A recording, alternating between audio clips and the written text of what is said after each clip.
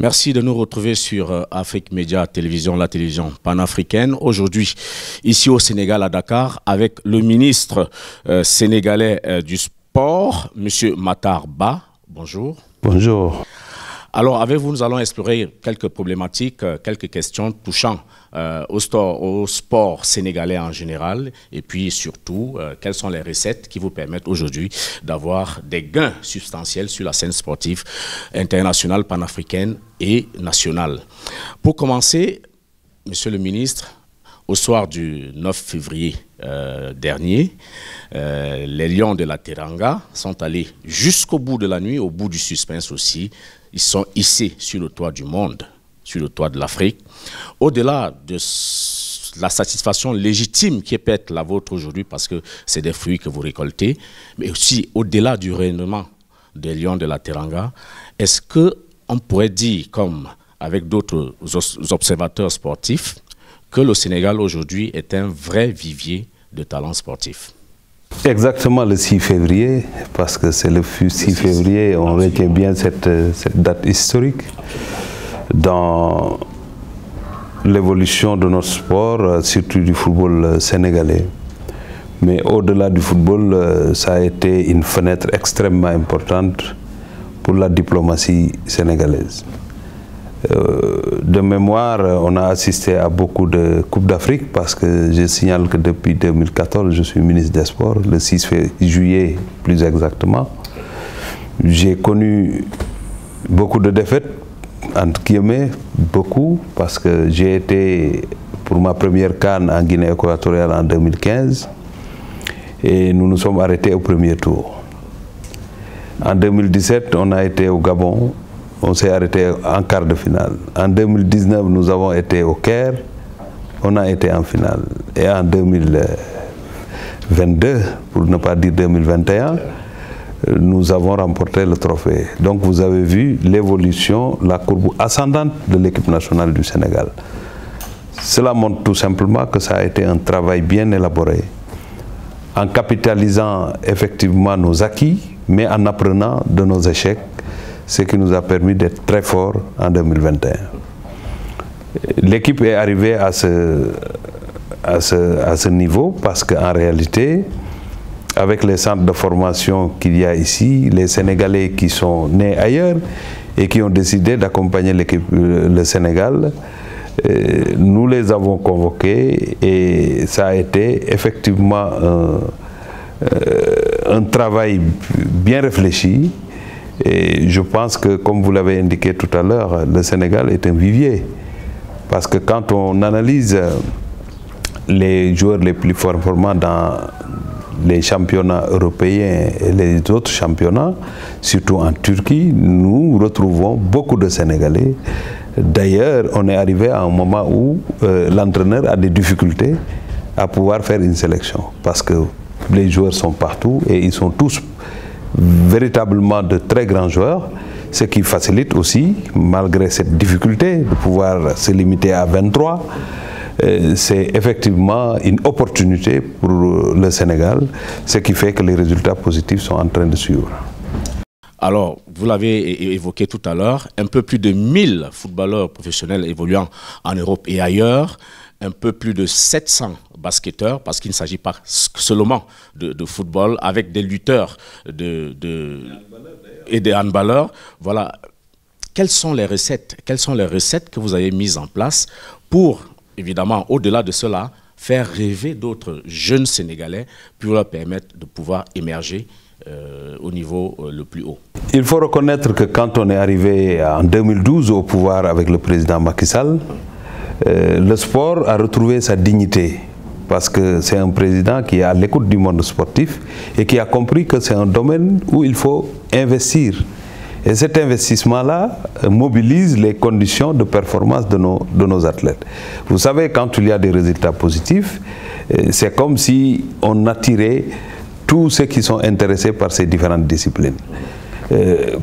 Toutes les disciplines du Sénégal, on est vers 65 fédérations et groupements sportifs. Et depuis 2012, il y a eu des avancées notoires. Je prends pour exemple le basket. Quand on est arrivé, nous avions trouvé notre équipe nationale de basket qui séjournait quand elle préparait une compétition dans des auberges. Et que la prime de participation ou bien de sélection était évaluée à 300 000 francs CFA. Avec le président de la République, quand on est arrivé, nous avons rompu avec ces pratiques-là parce que nous nous sommes inscrits dans la gestion axée sur les résultats. Et quand on est dans cette gestion axée sur les résultats, il y a des obligations. Cela veut dire qu'il faut mettre les acteurs dans d'excellentes conditions pour atteindre ce résultat-là qui est de gagner pour le pays, gagner pour le peuple sénégalais, rendre fier le peuple sénégalais. Et nous l'avons réussi, et ce qui sous-tend cela, c'est l'analyse qu'il faut faire dans l'enveloppe concernant les compétitions internationales. Moi, quand je suis arrivé, l'enveloppe pour toutes ces disciplines, 65 disciplines et groupements sportifs, c'était que 900 000 millions de francs CFA, moins d'1 milliard. En 2021, le budget que j'ai défendu à l'Assemblée nationale, la première inscription était de 5 milliards 100 d'investissement. Ne serait-ce que tout simplement dans le domaine des compétitions internationales. Ça n'a rien à voir maintenant avec la construction et la réhabilitation des infrastructures sportives. Donc ça a été une première qui n'est même pas passée directement au niveau de l'opinion, parce que l'opinion était surprise de voir un chef d'État qui prend cette décision politique d'investir dans un domaine qui était relégué au second plan, parce qu'en Afrique, en général, le sport est relégué au second plan. On parle d'autres disciplines, on parle d'autres secteurs quand on parle sérieux en général et on oublie le sport. Ce qui n'est plus le cas ici au Sénégal, parce que lors du dernier message du chef de l'État, le président a commencé par le domaine des sports. Donc, si on veut développer nos pays, la recette est simple. Au-delà du domaine sportif, pour avoir la stabilité sociale, l'épanouissement de la jeunesse, accompagner le développement économique et social d'un pays, les dirigeants doivent savoir que le seul secteur qu'il faudra cibler maintenant, avec le nombre de jeunes en Afrique, c'est le domaine des sports. Ça permet de trouver sa voie, mais ça permet d'accompagner les jeunes dans leur épanouissement. Et qui dit épanouissement parle de stabilité, parle de paix, parle de concorde. Donc il ne faut pas qu'on se trompe.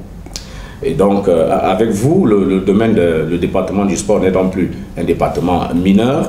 Vous avez évoqué tout à l'heure le programme de construction et de réhabilitation des stades au Sénégal, parce que pour avoir des talents de demain, il faut bien leur offrir un cadre aujourd'hui. Quel est le bilan que vous faites justement de ce programme? D'abord, le budget du ministère des Sports, ça me permettra de faire une transition, n'a jamais atteint 9 milliards depuis l'indépendance du Sénégal. C'est avec le président Macky Sall qu'on est parti jusqu'à 35, jusqu'à 40 milliards d'investissements. Nonobstant l'investissement dans le domaine des infrastructures sportives, surtout les infrastructures de dernière génération comme l'Arène nationale, Dakar Arena et le stade du Sénégal, le stade Abdoulaye Wade. Cela montre que ça fait partie de ce que j'ai indiqué tout à l'heure, c'est la gestion axée sur les résultats. C'est la prise en charge, la mobilisation des conditions de performance, mais aussi pour avoir un sport performant, il faut avoir de bonnes infrastructures. Si on n'a pas les conditions nécessaires pour la bonne pratique du sport, des disciplines sportives, il n'y aura pas de développement du sport. C'est ce que le président a compris.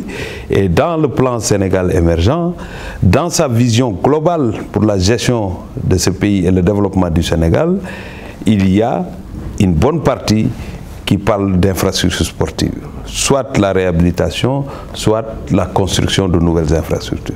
Et aujourd'hui, nous sommes dans une autre phase. Cette phase, c'est l'investissement dans le domaine des infrastructures de dernière génération. Avoir de l'ambition pour son pays, c'est chercher le meilleur pour l'amener dans son pays. C'est ce que le chef de l'État a fait concernant l'Arène nationale. On n'en trouve pas en Afrique.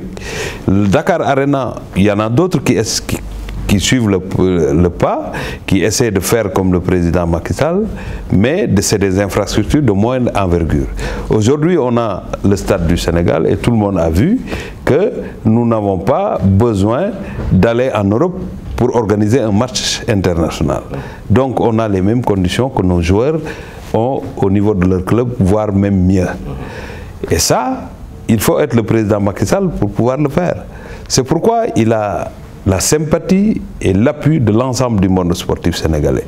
Parce que ce changement de paradigme dans la gestion de notre sport est tellement bénéfique que, au début, il y avait un questionnement pour dire comment, dans un pays comme le Sénégal, on peut mettre 155 milliards dans une infrastructure sportive. Comment on peut prendre 60 milliards pour construire un palais des sports. Ben, ces questions ont trouvé les réponses.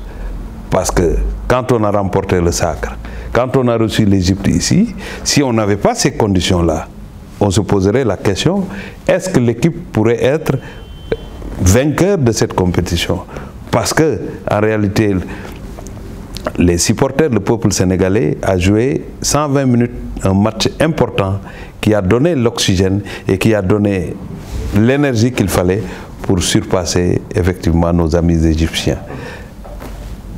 La leçon est dite, en tant que président de l'Union africaine, la voie est toute tracée. Pour avoir un sport performant, il faut avoir de bonnes infrastructures. Et ça, tout le monde aimerait avoir un sport performant, comme je l'ai dit tout à l'heure. C'est un levier important sur lequel tout le monde devrait s'appuyer, et tous les secteurs, pour faire la promotion, pour faire de la communication, mais pour accompagner le développement économique et social de nos pays. Vous avez évoqué tout à l'heure, Monsieur le ministre, le plan Sénégal émergent. Quelle est la place du sport? Quelle est la place que le sport entend prendre dans ce programme-là, de façon spécifique? Vous savez, c'est effectivement un domaine extrêmement important parce que ça se trouve au niveau de l'axe 1. Et qui parle de l'axe 1 parle de développement, qui parle d'accompagnement des populations, la mise en place des conditions qui sont au niveau des maisons, des collectivités territoriales jusqu'au sommet. La structuration de l'économie et transformation sociale. Et tout ça montre effectivement que le chef de l'État, il a bien compris, avant de prendre les rênes du Sénégal, avant que les peuples le mettent au niveau de la statue, le mettre en tant que président de la République, il n'a pas joué à la carte comme le font beaucoup de gens. Parce qu'en Afrique, on se lève un jour et puis on se dit je dois être président de la République. Sans pour autant cerner. Parce que lui, il a la chance d'avoir été ministre, directeur général, président de l'Assemblée, premier ministre et aujourd'hui président de la République. Personne ne connaît mieux que lui comment marche le pays, quelles sont les difficultés et comment apporter des solutions. Mais au-delà de ces statuts qu'il a occupés, il a fait le tour du Sénégal pendant presque 3 ans. Il en a fait 2 tours ou 3 tours pour aller au fin du Sénégal, trouver les Sénégalais dans leur terroir et recueillir les difficultés et les besoins. Et c'est comme ça qu'il a monté ce qu'on appelle le plan Sénégal émergent.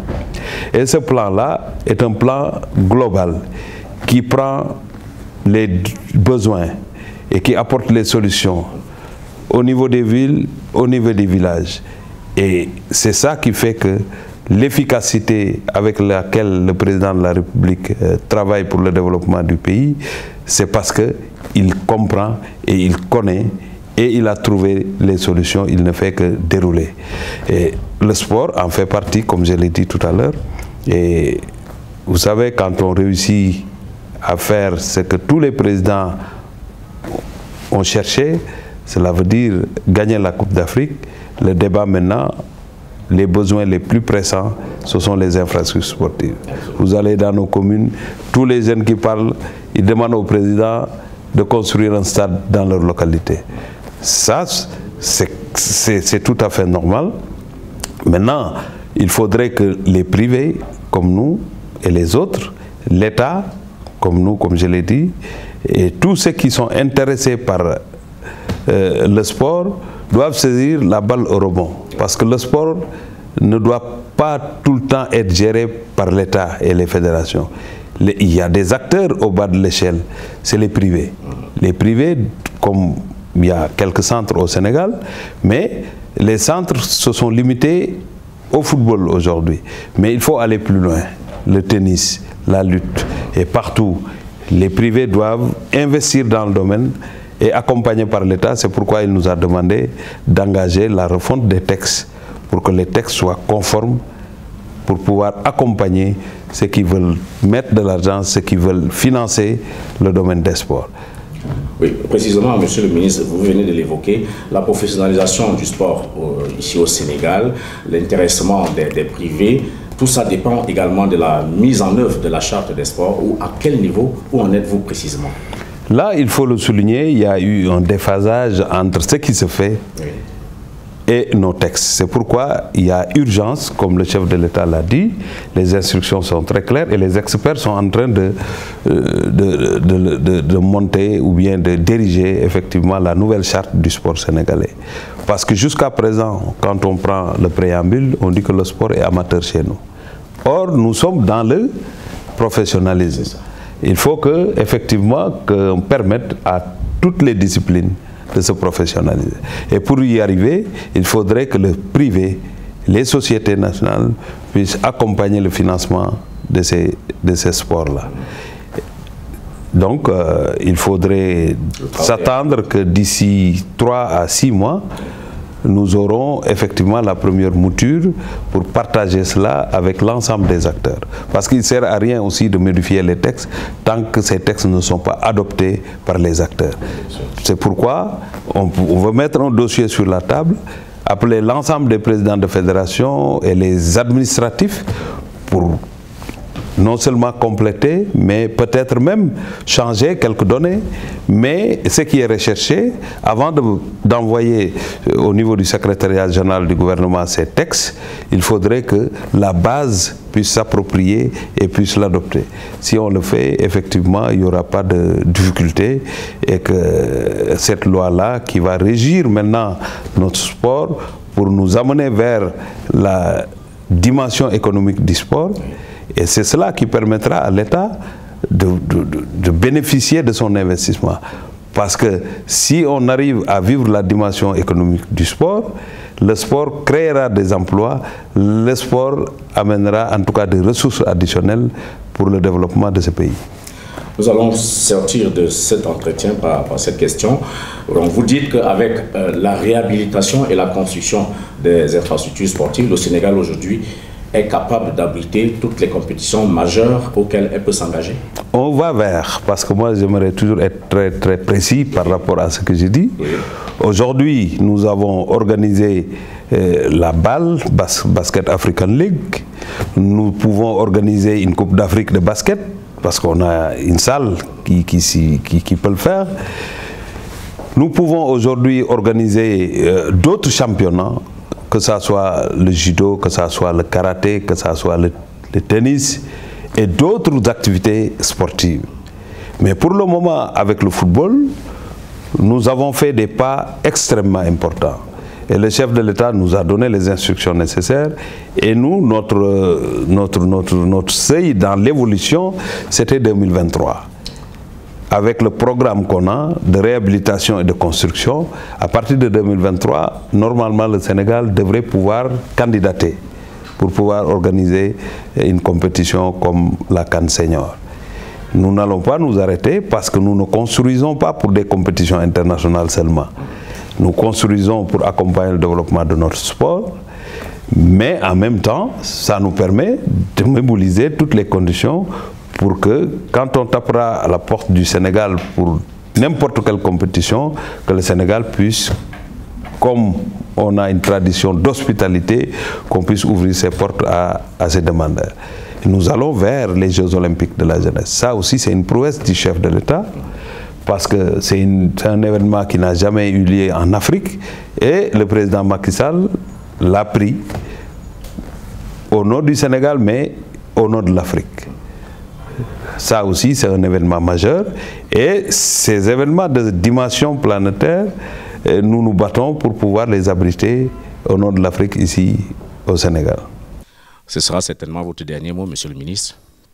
Bon, pour cette interview, parce que chez nous, on dit le dernier mot, c'est le dernier.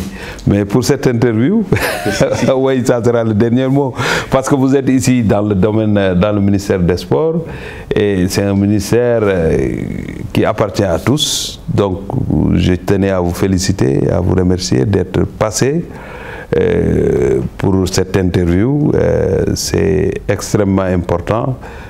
L'Afrique est un seul continent, nous sommes tous dans un même pays, il faut le considérer comme ça. Il faut que ces frontières imaginaires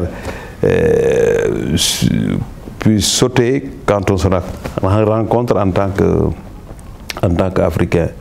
Le président Macky Sall, qui est le président de l'Union africaine aussi, donc d'où l'intérêt de vous recevoir à bras ouverts, mais vous dire effectivement que nous sommes en train de travailler. On n'est pas rassasié parce qu'il y a beaucoup de choses qu'il faut faire. C'est vrai qu'on est champion d'Afrique, mais le travail ne devrait pas s'arrêter après ce sacre-là. Ça donne un début, un nouveau départ pour rester, parce qu'il est difficile de monter, mais il est plus difficile de rester à ce niveau-là. Et nous sommes engagés à continuer le travail et à commencer le travail aussi pour la mobilisation de toutes les conditions de performance pour notre équipe qui doit, pour ne pas dire qui fera, qui doit faire un parcours exceptionnel lors de la Coupe du Monde Qatar 2022. Non seulement, comme je l'ai indiqué, c'est un combat qu'on doit engager pour notre pays, mais on doit l'engager aussi pour l'Afrique. Monsieur le ministre, merci. C'est moi qui vous remercie. Vous venez donc de suivre M. Matar Ba, le ministre sénégalais des Sports. C'est sur Afrique Média, la chaîne panafricaine. Merci et à bientôt.